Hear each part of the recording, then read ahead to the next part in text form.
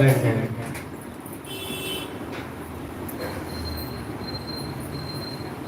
अच्छा, कथा अकेले कहने होगी क्या सब लोग जब तक नहीं बैठेंगे तो आप लोगों से आग्रह भी, निवेदन भी, दक्षिणा दीजिए चाहे ना दीजिए, लेकिन सबसे बड़ी दक्षिणा यही है कि आप लोग आते रहिए और बैठते रहिए। अच्छा, पंडित जी को कथा सुनने होते थे, मैंने घर भी सुन सकते थे, इतना बड़ा आयोजन, इतनी बड़ी व्यवस्था क्यों करते?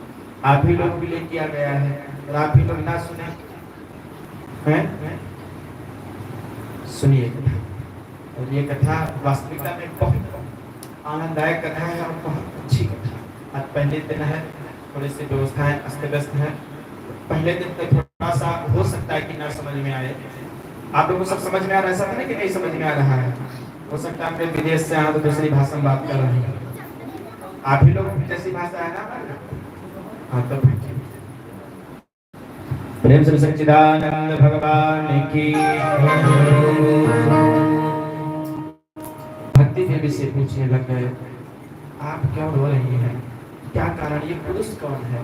तो उन्होंने कहा, अहम भक्ति ख्याता में तनयो में, तो मेरा नाम भक्ति है, ये मेरे पुत्र है। नारद मुनि ने जैसे सुना कि मैं माता हूँ, ये दोनों मेरे पुत्र हैं, तो नारद मुनि बड़े परेशान हो गए, व्याकुल हो गए। कैसे? अब 20 साल की माता जी, 80 साल के बेटे, परेशान तो हुई भैया। आप तो 20 साल की, आपके बेटे तो 80 साल के लग रहे हैं। ऐसा कहा, मैं दक्षिण में मेरा जन्म हुआ और घूमते घूमते मैं वृंदावन, तो जैसे मैं वृंदावन आई वहां मैं तो युवती हो गई, लेकिन मेरे जो दोनों ज्ञान वैराग्य नाम के दो पुत्र जो हैं, ये भक्ति की। आज भी आप वृंदावन यदि जाएंगे, वृंदावन कौन कौन गया है? यदि वृंदावन आप जाएंगे तो वहां आज भी भक्ति की बड़ी ख्याति है। भजन कीर्तन होता है तो 80 साल के बुढ़े भी भजन में ठुमका लगाते हुए मिलते हैं। रिक्शे वाले भी कहते हैं भैया राधे कहते हैं, लेकिन वहां भी ज्ञान वैराग्य को नहीं पूछता। वहां क्या ज्ञान वैराग्य को तो कहीं भी नहीं पूछा जाता। कैसे नहीं पूछा जाता भैया? का भक्ति तो है, लेकिन ज्ञान वैराग्य नहीं। कैसे? आज अपने यहाँ भी ज्ञान नहीं है पर भक्ति है। कैसे भक्ति है? जैसे माताएं बैठी है तो माताओं के पर ही एक बात बता देती है। अब जैसे भैया दूज की कथा होती है, उसमें 7 भाई होते हैं और एक बहन होती है। उनका नाम क्या होता है? सताना। 7 भाइयों पर एक बहन है, इसलिए उनका नाम क्या रख दिया गया? सताना। अब इनकी कथा सुनिए। ये कथा कैसी है? सच है कि झूठी कथा है? सच है। अब मैं कहता हूँ कि झूठी कथा है। हुआ क्या, कुछ लोग कहते हैं कि सताना की जो भाभियां थी बहुत परेशानी करती थी। एक भाभी उनको बहुत मांगती थी।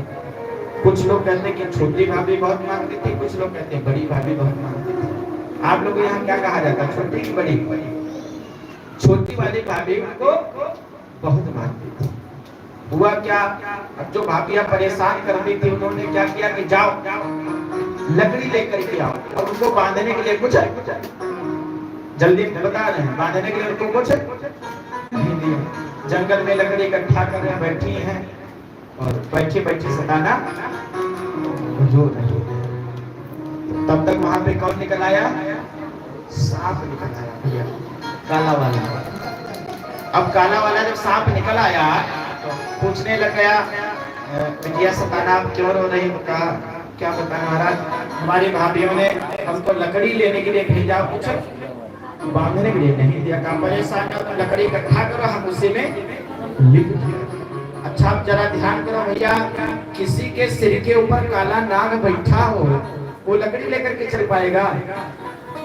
चलो मान लिया जाए। तो भैया वो पालतू था, उसे लिपट गया, सताना लिए चली गई। लेकिन दूसरी कथा का सुनो भैया। एक बार सताना को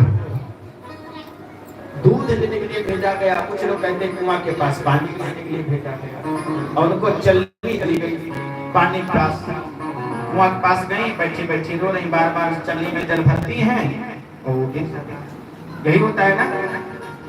तो वहां पे मकर